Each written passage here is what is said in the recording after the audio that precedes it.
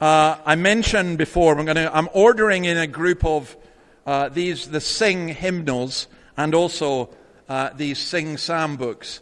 And if anyone wants one, please do let me know. We use them both in the church here. And then, okay.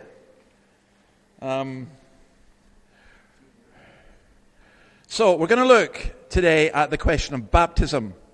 Now this is a really strange one because I wonder, if you're not a Christian, what you think of the idea of baptism. I wonder if you are a Christian, what you think of the idea of baptism. And it's also, I have to confess, it's a subject that causes numerous arguments. So I'm going to make a basic rule. No arguing. Okay? Whatever I say is right. No. No. Just no arguing, please.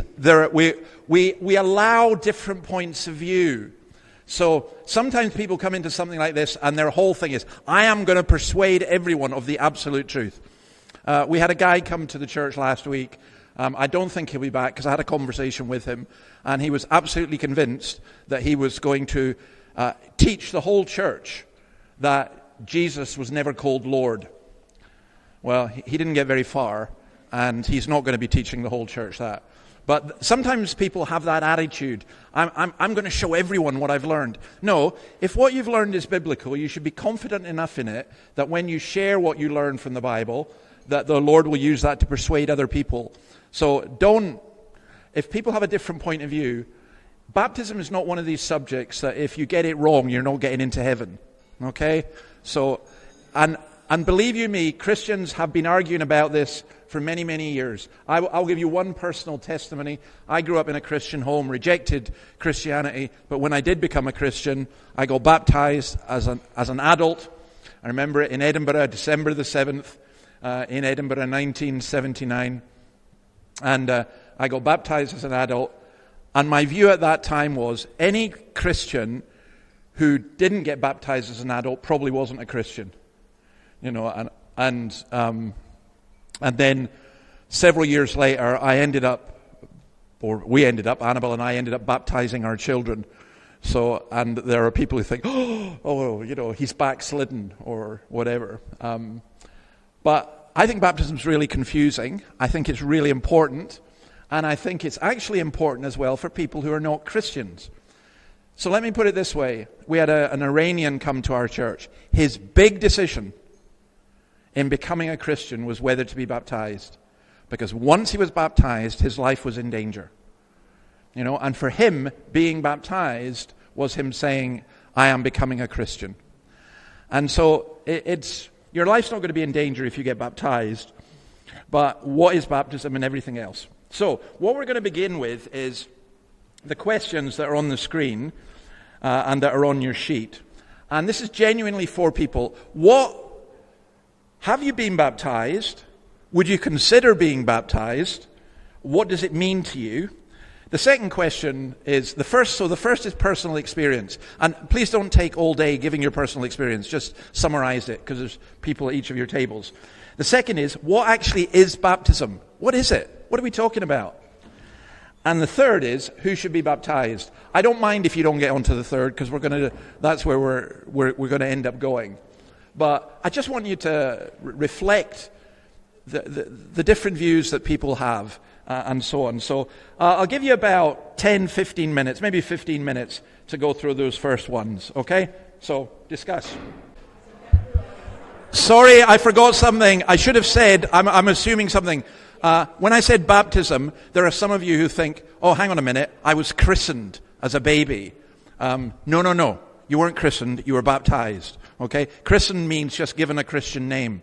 So that's what we mean as well. So whether you were baptized as an infant or not, whether you're baptized as an adult or not. Okay? Can I ask you to hold the question for just now? I want to show you something. I apologize for it. There are several lessons from this. First of all, this is how all theological arguments should be settled in the future, as far as I'm concerned. Secondly, this is how AI should be used. And thirdly, if you understand all of this, then you are very theologically astute. But let's see. Terry, have you got the sound on this? Can we? I love my Presbyterian brothers, got respect for the name. But on infant baptism, man, it ain't the same. Let's open the word. The covenant's fulfilled and Christ is refined. New birth, not your lineage, that's the new covenant sign. Romans 6, buried, risen, faith on display. Baptisms for the soul who walks in that way. You bring the babes to the front, but they don't yet believe. Show me one in the text who that sign did receive. Acts 2, Peter said, repent and be baptized. Faith precedes the water, that's how the truth applies. Philip in the eunuch, Acts 8, that's the scene. He confessed with his mouth before he hit the stream. This ain't shadows of circumcision or law, it's union with Christ, that's the gospel I saw. Jeremiah 31, promise crystal and clear. All in the covenant know him, far and near. But an infant don't confess, can't call on his name. Don't blur law and gospel, don't make them the same. So I stand on the book, sola scriptura, my friend. Baptism is for believers, that's the truth I defend. Born again, then the water, that's the biblical way. Faith before the sign, hear the scripture, obey. The covenant is new, no shadows remain. Baptize the believer, let the gospel proclaim.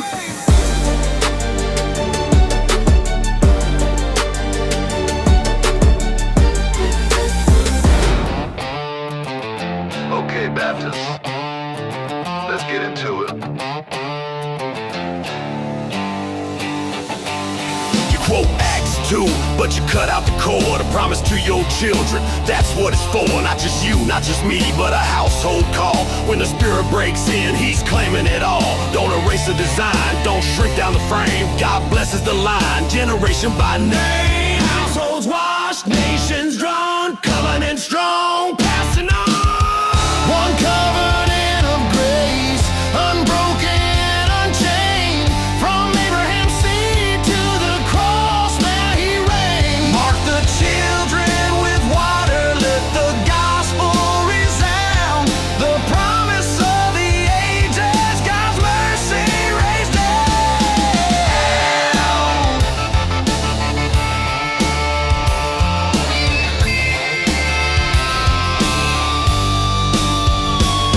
Jeremiah spoke, yeah, the law on the heart, but the covenant sign don't wait for the start. Circumcision cut infants, they carried the seal, not by their works, but by God's zeal. Now Colossians 2, man, the link is tight. Circumcision to baptism, shadow to light. Signs don't save, God does, but His mark still stays. Oh no! One covenant of grace, unbroken, unchained. From Abraham's seed to the cross where He reigned. Mark the children with water, let the gospel resound. The promise of the ages, God's mercy rained down.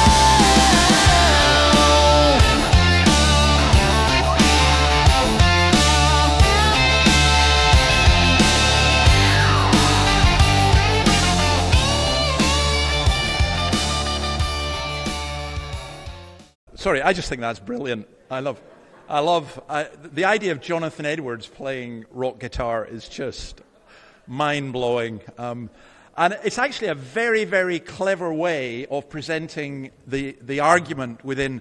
And you know the thing I love most about that was Spurgeon the Baptist and Jonathan Edwards the Presbyterian high-fiving, which I just thought, I loved it. Sorry, it just appealed to me. And it's actually an interesting way of explaining things. So what I'm going to do is just run through some of the stuff, and then we'll come to questions and discussion. So Jesus says, go and make disciples of all nations, baptizing them in the name of the Father and of the Son and of the Holy Spirit, and teaching them to obey everything I have commanded you. By the way, there are some Christian groups who don't do baptism at all. What's the most famous? Would you know?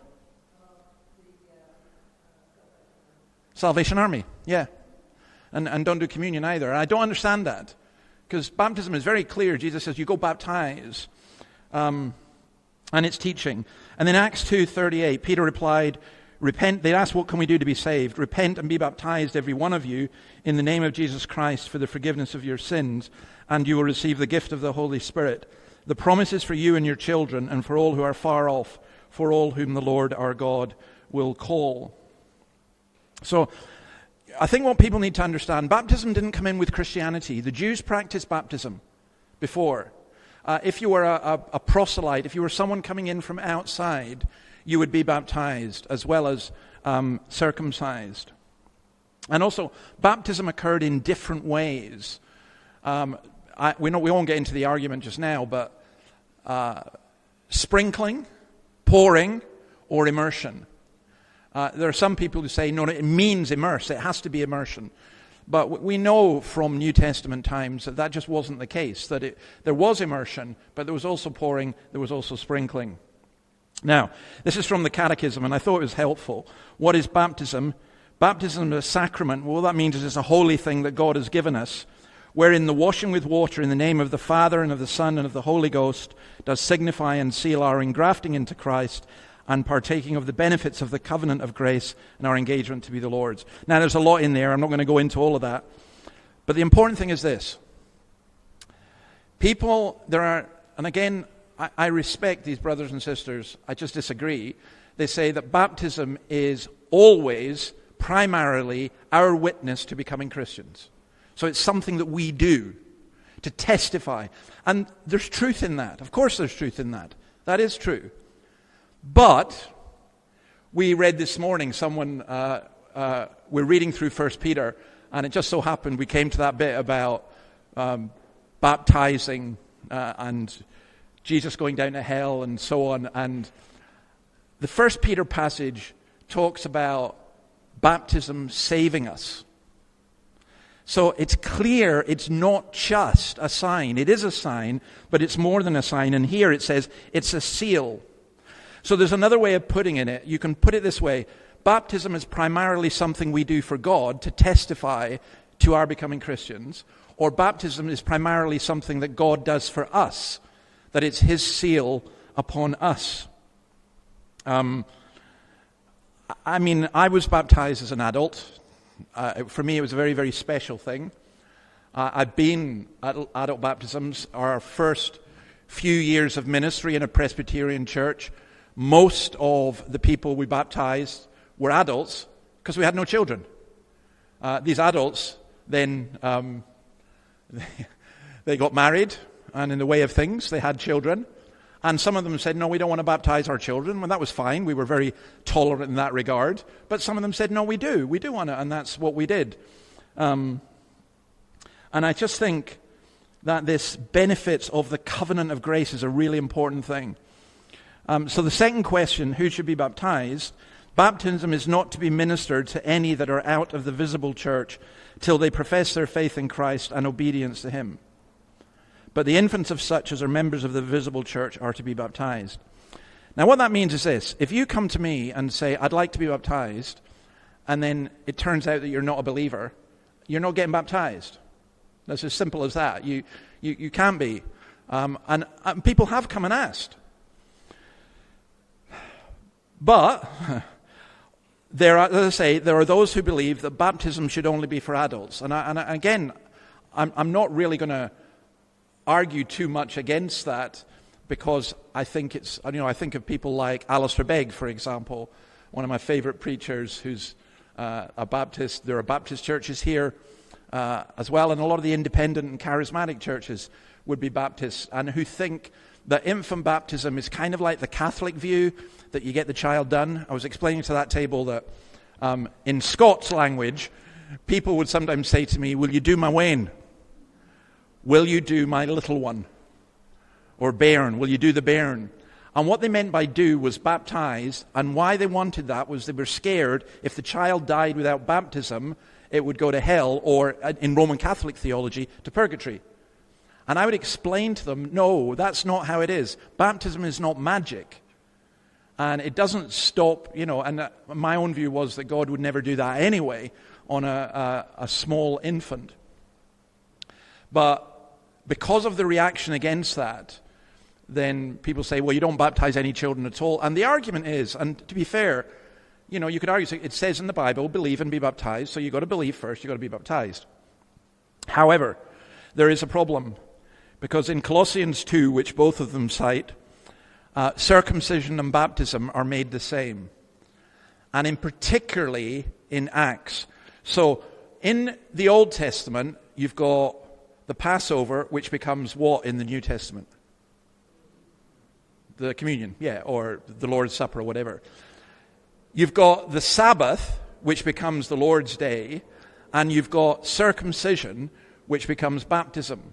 Now, circumcision applied at least to male infants. They didn't do female circumcision. Never did. That was never. It was male circumcision.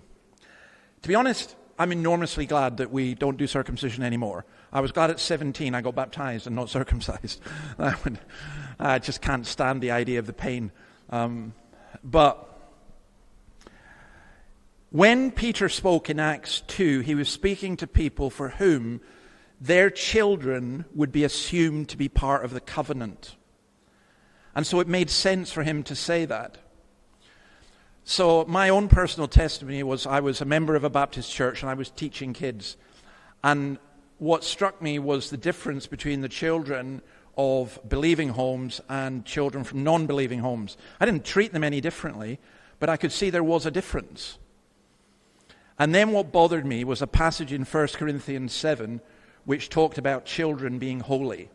It said if you've got two partners, one's the husband, let's say, is an unbeliever and the wife is a believer, he said the wife shouldn't leave her husband, or the the believing partner shouldn't leave the believer, because as long as they're willing to live in peace. It was a very interesting stipulation. As long as they're willing to live in peace with you, as long as they're not going to, beat you up because you're a Christian or something.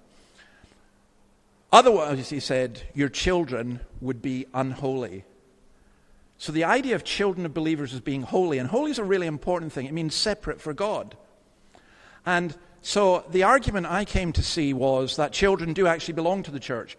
We don't, in very strict brethren circles. I grew up in the brethren, and in the very strict end of the church I grew up in, once you reached 8 years old, parents would not sit at the same table with their children for food unless they had professed faith, because you were to be separate from the world and your children were the world. Well, to me, that was insane.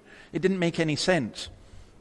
So I came to believe, I remember when I went into, I became a member in the Free Church of Scotland, which was a Presbyterian church. I still can't believe I did this to this lovely man who's the minister. And I said, I want to become a member, but I don't believe any of that infant baptism rubbish. I actually said those words. Can you believe that? And he looked at me and he smiled and he says, that's all right, David. He said, we let anyone join who's a believer. You don't have to accept, all our doctrines on everything. He said, you'll never be an elder or a minister. And I said, well, I certainly don't want to be, which he reminded me of several years later when I was ordained as a minister.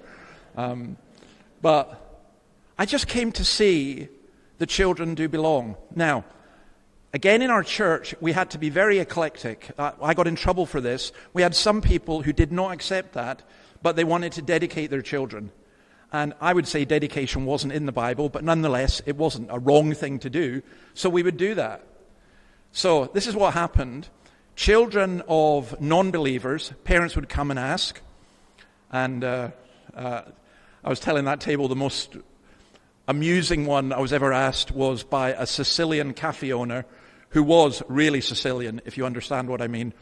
And he asked me, he came up to me one time and he said, David, I don't like priest. And I looked and said, well, I don't like priest either. And he laughed and he said, yes, I know you're not a priest, but I thought you were a priest. And then he said, will you baptize my child? And I said, no.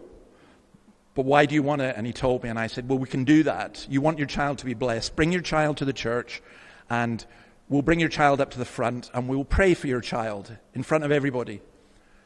And then he said to me the immortal words, Mama won't like it. And I said, is Mama coming from Sicily for this? He said, yes. I said, is Mama one of the mafiosi? He said, yes. I said, Mama won't like it. He said, can you explain to Mama that I want to live, And it was really, really just very, very interesting. So that's what we offered. We offered blessing for parents who wanted to bring their child for a blessing. We offered dedication for Christian parents who wanted to take vows but couldn't accept baptism. A lot of Presbyterian churches won't do that. But we did encourage people to have their children baptized, and there was a whole lot gone in with that as well. But the point about it is this. Whether adult or infant, baptism doesn't make you a Christian. It's a sign and it's a seal. Wearing a wedding ring doesn't make you married, but it's a sign that you are married. You put it on. You can put on a wedding ring, to be honest, if you want, even if you're not married. And so that's the important part. What does baptism do? This is the Colossians bit. In him you were also circumcised with a circumcision not performed by human hands. Your whole self, ruled by the flesh, was put off when you were circumcised by Christ, having been buried with him in baptism, in which you were also raised with him through your faith in the working of God who raised him from the dead. Here's a really important thing about both circumcision and baptism. Both of them symbolize death. Circumcision was cutting, blood. Baptism, burial, if you like. A lot of people take that and say, well, that's just the immersion. No. Have you ever been at a graveside where people just throw sprinkled dirt on the grave? It's all part of the symbolism of death. But the point is, it was a symbolism of death to new life. And when you're baptized, as an adult, you're saying, I've died to my old self. When a child is baptized, what we're saying is that we're baptizing them in anticipation of them becoming believers. I know Christians who said this to me, and they really mean it. It's like secularists who say we can't bring any children into this world because, the climate's going to destroy everything, and what's the point? Well, I know Christians who say we can't bring children in because what if they're not believers? What if? And you bring your children up in fear, not faith. So I had an auntie in America. She's still alive, last of the generation, and she's lovely. But when we went over to America, I used to pretend to be asleep because she would come up and she would terrify me and my brother by warning us that we were going to hell and everything. My brother stayed awake. I just pretended to be asleep. And she meant well. She was trying to save us. But it was a terrible thing to do, I think. And it could have really put us off. And for me, I read a booklet once which really helped me with my own children. Bringing Up Children, it was by a man called Willie Still, and it was entitled, Bringing Up Children in the Faith That They Will Become Christians Rather Than the Fear That They Won't. And that doesn't guarantee that a child born in a Christian home is going to become a Christian. But it's much more likely that they will be. And we bring our children up in that. That is really important. And I think what baptism does is it's a symbol and a sign of us belonging to the visible church in order that we may belong to the invisible. I love this. This is a French blessing. Well, it's obviously in English. It's translated. And I use this at every infant baptism I've ever done.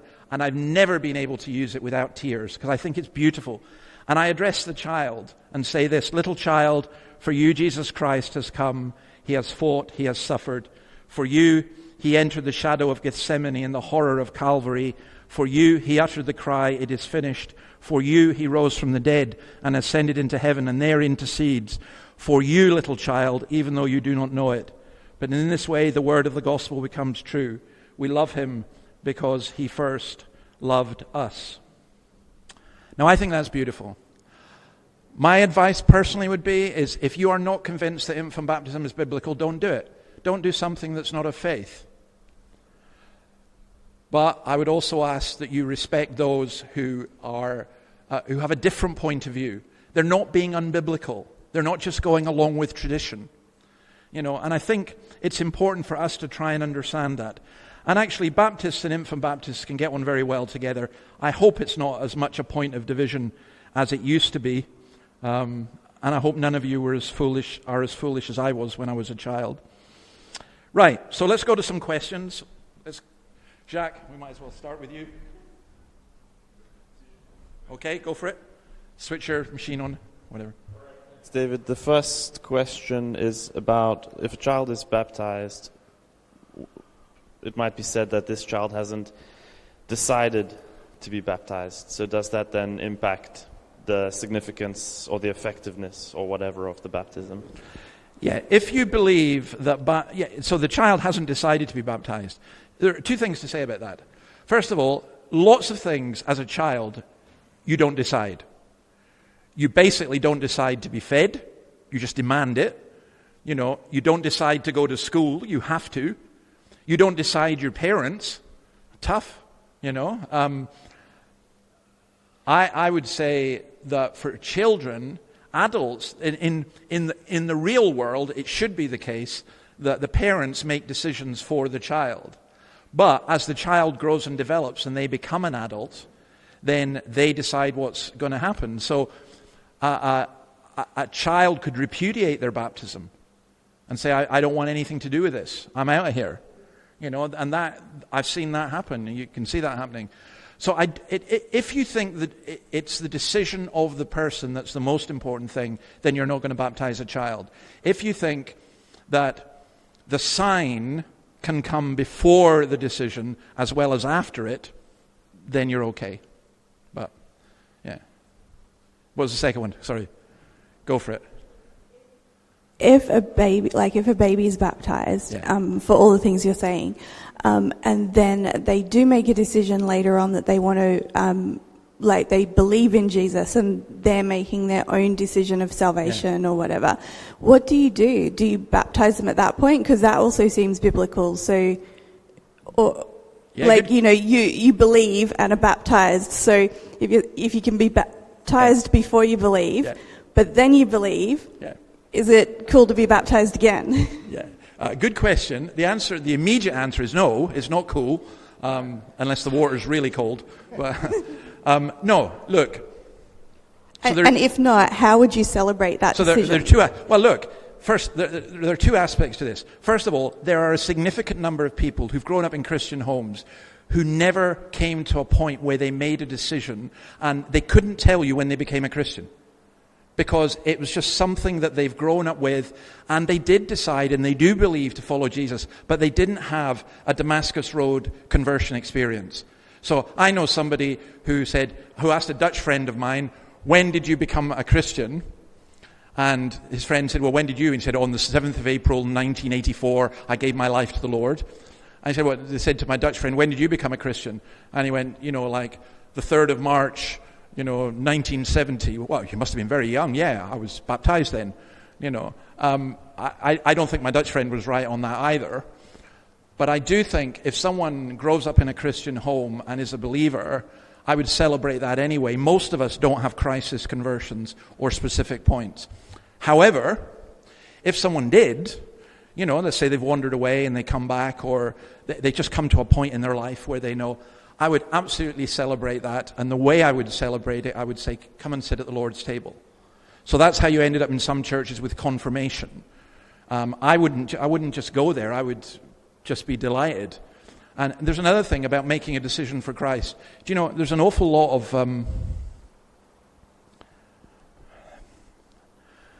I'm trying to think how I say this without it sounding really bad to some of you. There's an awful lot of people, I don't know if they're Christians or not. And they profess faith in Christ, but I don't know. And it's by their fruit that you will know them. And I think sometimes we put way too much pressure. So my aunt, God bless her, she really is a lovely person who is really concerned about us. But compelling us to make a decision that maybe we weren't ready to make was not a good thing. And sometimes it's over a period of time. I remember saying to someone, are you a Christian? And they went, yeah, I guess I must have become. When did that happen? I don't know. I was dead against it, and then I started coming to church, and then I started listening, and they can't name a particular point. And I would always say to people, if you can't name a particular point, don't worry. That's probably the norm for many people. All that matters is that you are now. And I would celebrate, as I say, personally by encouraging people to take communion and sit at the Lord's table. It's a really good point, though. Right, let's go to this table. Joe. Well, we were going to ask about what happens to babies if they're not baptised.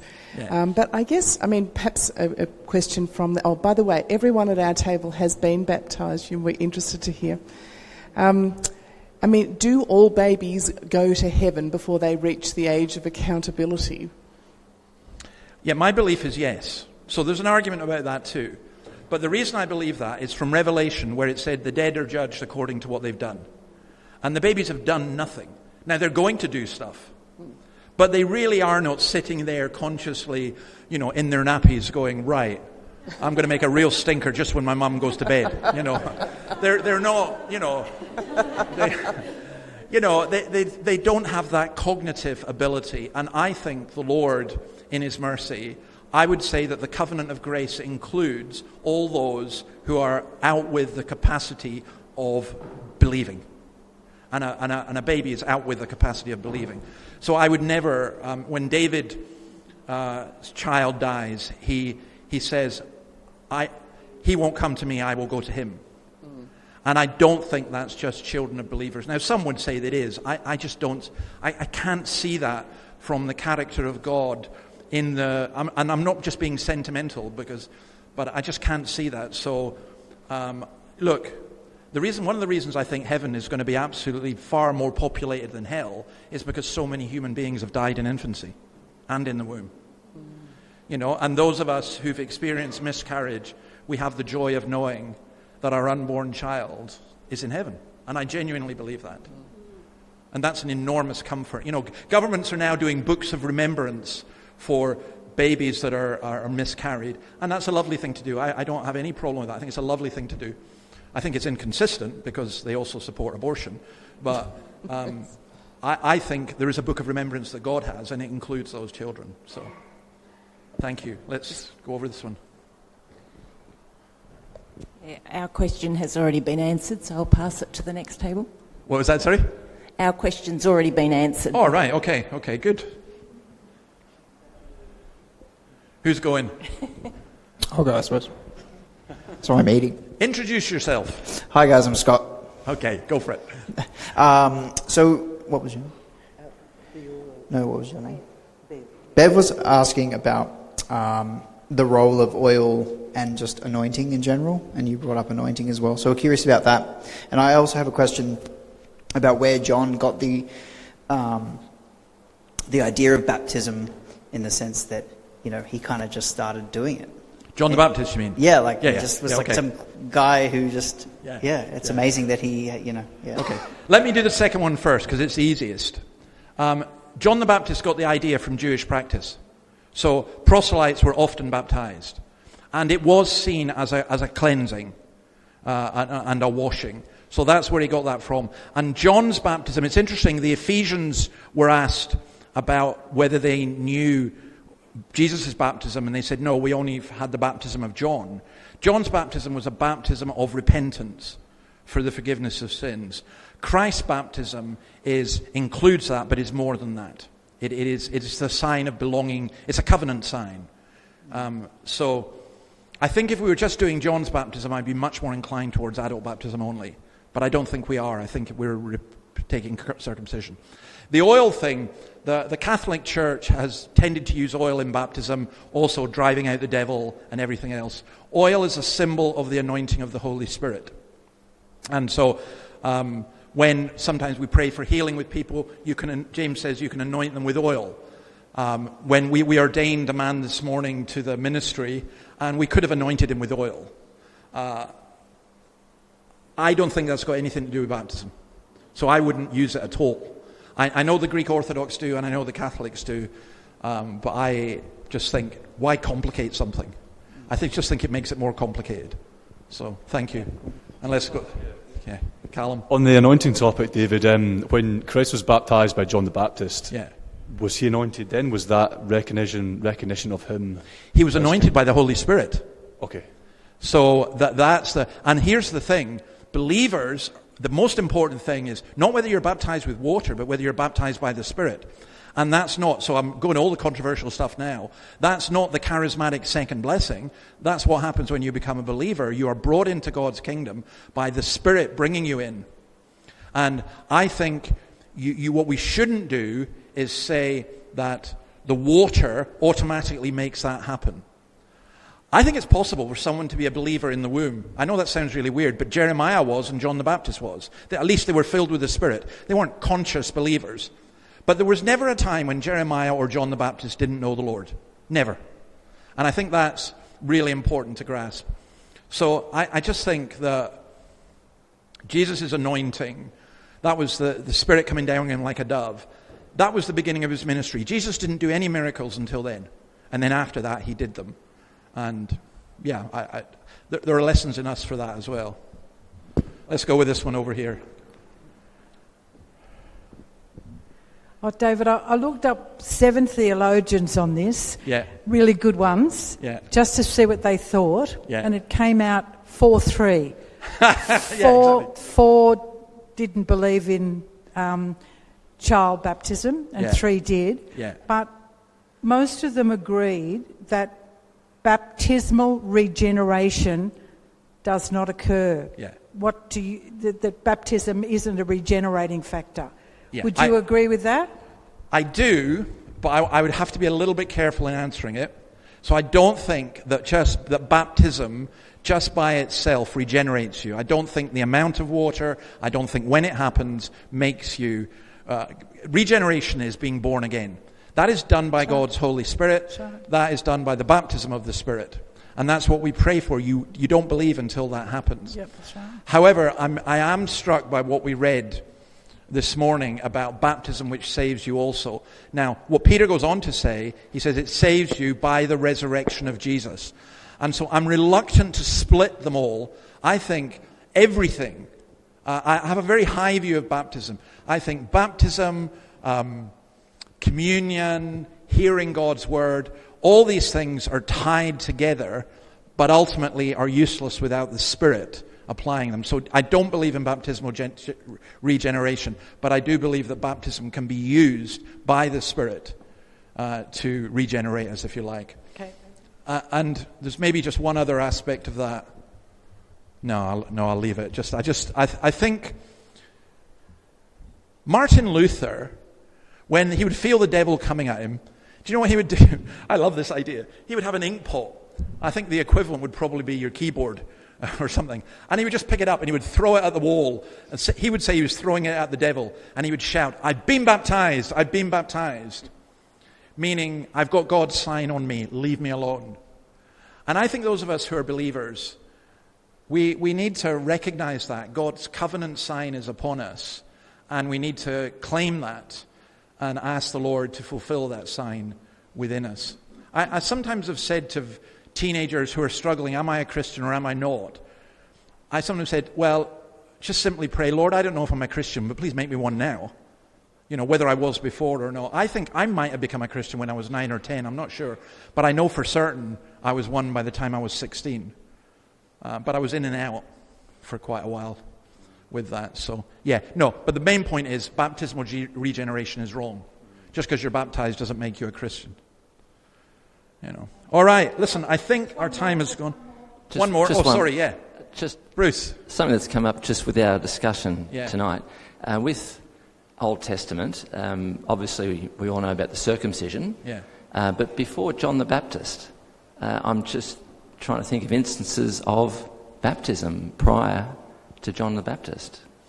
You wouldn't, because it's something that we just know from Jewish custom.